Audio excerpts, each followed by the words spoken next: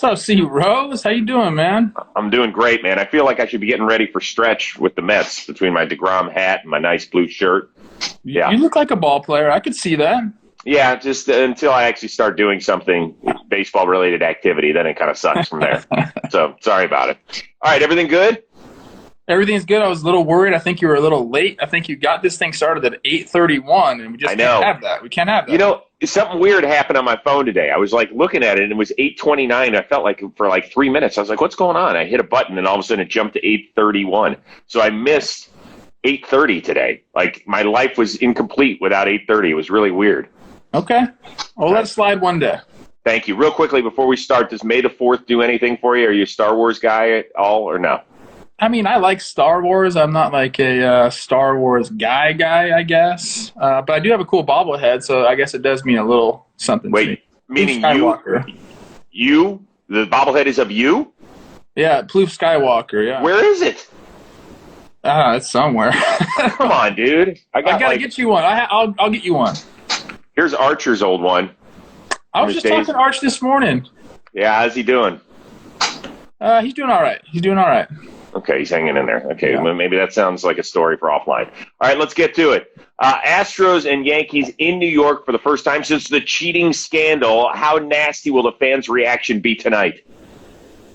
I gotta say, I'm pretty dialed into Yankees Twitter. Don't ask me how I got it, but I'm in there. Okay. And I think it's gonna be pretty bad. I've been perusing, and they've been talking about this for months. Yep. Waiting for this game. And I think the funny thing is, I think there's only 5 guys left from that 2017 team. So I hope it's mostly directed at those guys. It's the Bregman, Correa, Altuve, Gurriel, and maybe McCullers. I don't know, but I hope they directed at those guys, because can you imagine being the other, the young guys being like, I had nothing to do with that. Why are you booing me so much? But I do think it's going to be bad. And the one thing, all I ask from the baseball gods, I don't ask much from the baseball gods ever, but I would love to see an Aroldis Chapman versus Jose Altuve at bat. Big situation. Yeah, let's do it. Need it. I'm in. The one thing, I don't want to see things thrown on the field. You can hurl insults. You can say whatever the heck you want. I'll even take some 4-letter bombs if you're into that. Whatever. I don't encourage it, but that's fine. Listen, they deserve everything they get. I've said it for years. I mean, when the Astros players and management should not tell the fans when it's time to move on. Okay? No. They did something. It's a state. I don't even know if I would wear my World Series ring if I were an Astro. One of the cool things when you win a championship is being able to win, show that thing off, say you're a champion. If they go to a big-time event in 15 years, after they're done playing, and they wear their World Series ring, people will be like, oh, yeah, you were on the 2017 Astros. Are you ever going to feel comfortable wearing that World Series ring out? I don't think I would. I mean, I'd love to have a World Series ring, but if there's one that you don't want to have, you're right. It's the 2017 Astros World Series ring. I mean, it's something they're going to have to live with it for the rest of their lives. You can just see on their faces it's taken a toll, because you know how they were. I mean, this was a very, very confident bunch, and rightfully so. What they were doing was really special. People were really gravitating towards the Astros. People loved I don't think people remember how much the Astros were actually loved within the game. Everybody was rooting for them. And when you look back at it now, it's like, dang, that was a little bit cringy, some of the stuff you guys are doing, because we know what was going on. So they will have to live with it for a long time. And to answer your initial question, again, things are going to be pretty rowdy tonight. Does anybody get hit? I don't think on purpose. I don't think so. I don't either. You and I have talked about that. Neither one of us are fans of that sort of stuff. Yeah. All right, let's move on to the best pitcher on the planet, Jacob deGrom. 5 starts this year. He hasn't given up more than an earned run in any of the 5. Does that continue tonight in St. Louis? I mean, probably. Would you ever bet against this guy right now? No. I did a few Google searches for some stats, and I was like, let's see what these guys have done against deGrom. Goldie, Arenado, Carpenter. Goldie 1 for 8, Arenado 2 for 20, Carpenter the how's best. That? at 4 for 20 with 1 home run. So not a lot of success against him and the way he's pitching right now. I mean, you just have to just say, hey, if whatever you say in the positive column on Jacob deGrom, I agree with. Yeah, I did do a little look-see at how he does against the Cardinals as a team, and I know that you did the smarter thing. You looked at the individual player. Actually, of any team he has at least 6 starts against, this is the team I think he has the worst ERA against. It's almost 4. It's like 3.95 or something ridiculous. Who does the damage? That's the thing, is that it's probably not anybody that's active on the Cardinals right now. Like Tommy Edmonds playing great. Arenado's doing okay. Goldschmidt has not been good at all this year. I expect at least 11 punchies, at least 7 innings, and the Mets to score 0 runs. So that's pretty much the equation that we've seen all year. I don't know, unless Donnie Stevenson can help him out.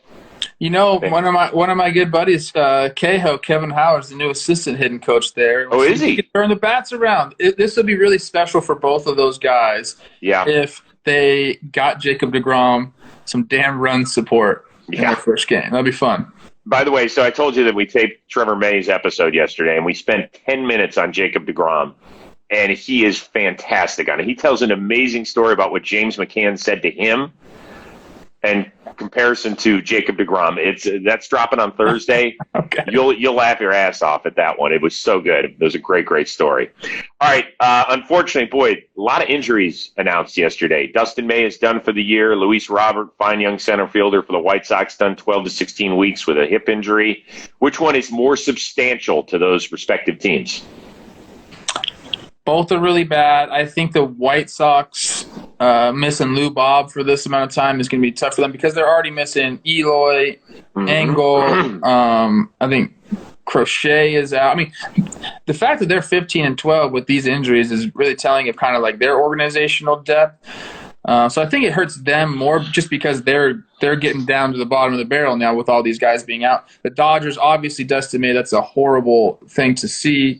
He's one of the the funnest pitchers to watch in the big league right now. And TJ puts him out the entire year. You're gonna have to rehab and do all that. I think the Dodgers are kind of better suited to handle the loss. I mean, if you think about it, they still have Kershaw, Buehler, Bauer, Urias. And then don't forget about David Price in the bullpen. Price in the bullpen's little nagging injury now, and then Gonsolin is working his way back up. He'll be back like end of the month or whatever. So like they can handle this, but still, they're just 2 horrible injuries. And Luis Robert was just coming back from they said it wasn't COVID, but it was flu-like symptoms. So you have to wonder, like, was he dehydrated?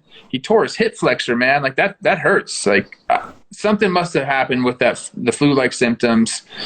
Because that was just like he was just sprinting to first base, man. So bad to see that.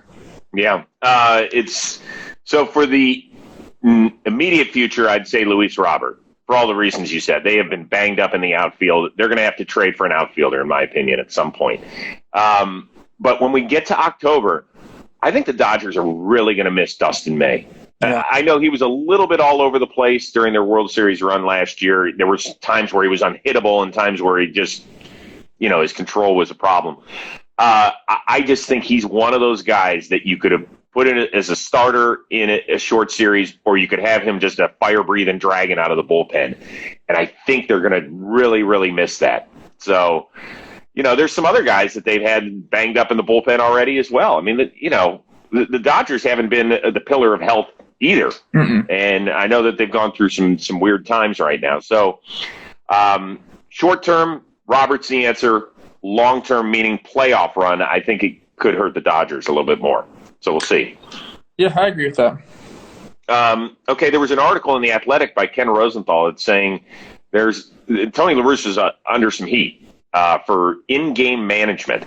A lot of people thought that maybe it would be, well, the guy's almost 80 years old. He's been out of baseball, at least in the dugout for a decade. He wouldn't be able to relate to today's player. That hasn't been the problem as much as the strategic decisions that have backfired on him.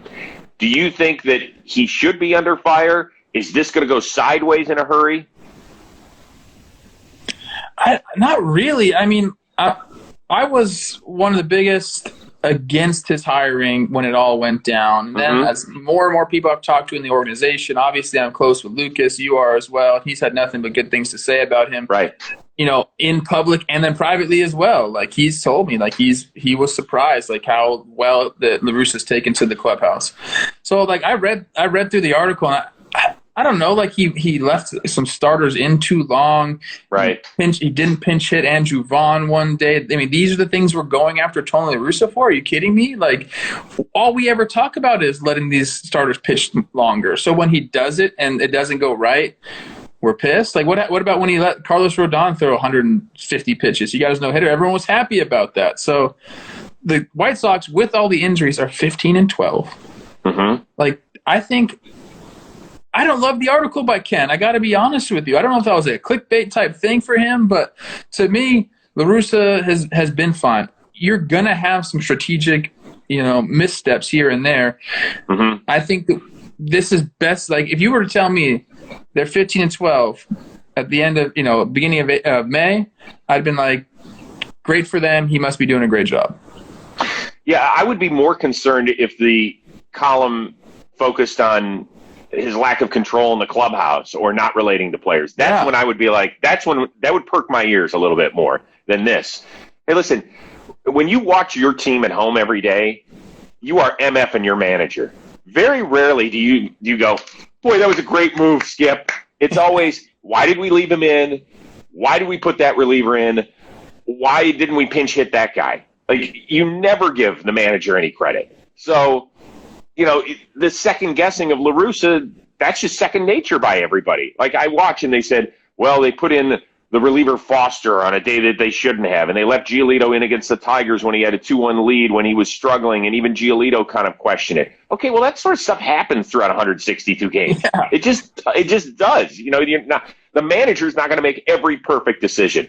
So once again, I'm not alarmed by that sort of stuff, and La Russa has owned up to it. Like, he had quotes in that column where he's like, yeah, I screwed up. This is on me. So you can hate the La Russa hiring for whatever reason you want, but to me, this happens with every manager, dude. Yeah, like I said, I did not like the La Russa hiring. I was very vocal about it. I still don't love it. I don't either. I'd rather have somebody else in there, but he's been doing a good job. I mean, like you said, a few missteps here and there, but that's expected over 162. That's fine. Last one. Ohtani last night goes deep against our guy Tyler Glasnow. Have to ask Glasnow about that because we're taping the pod with him on Friday. Now tied for the Major League lead with 9 homers. How do we guarantee that Ohtani is in the home run derby at Coors? Let me call my agent. We have the same agent. Did you know that? Wait, are you an Adam Katz guy? Is that who it is? Nez Bolello, CAA, shout out. Brought Ohtani over. All right. Maybe I'll give him a call, but I would love to see Ohtani in the home run derby. I mean, he's one of those guys that has that, like, easy pop. And I can't really wrap my head around his swing and all the mechanics in. Because he changes kind of, from game to game and some of the things that he does. But when that ball leaves his bat, Chris, explodes. It's like you see another guy swinging and hit the ball the same way, it's a warning track pop fly. But when Ohtani puts one in the air, I mean, it is gone. And so to see him in Colorado doing that would be really special. I don't know if you remember a couple years ago when the Angels played out at Coors. He took BP there and was killing balls. Killing it.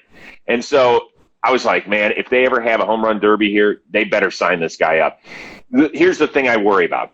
The Angels or somebody getting in his ear and saying, listen, it's been a long first half.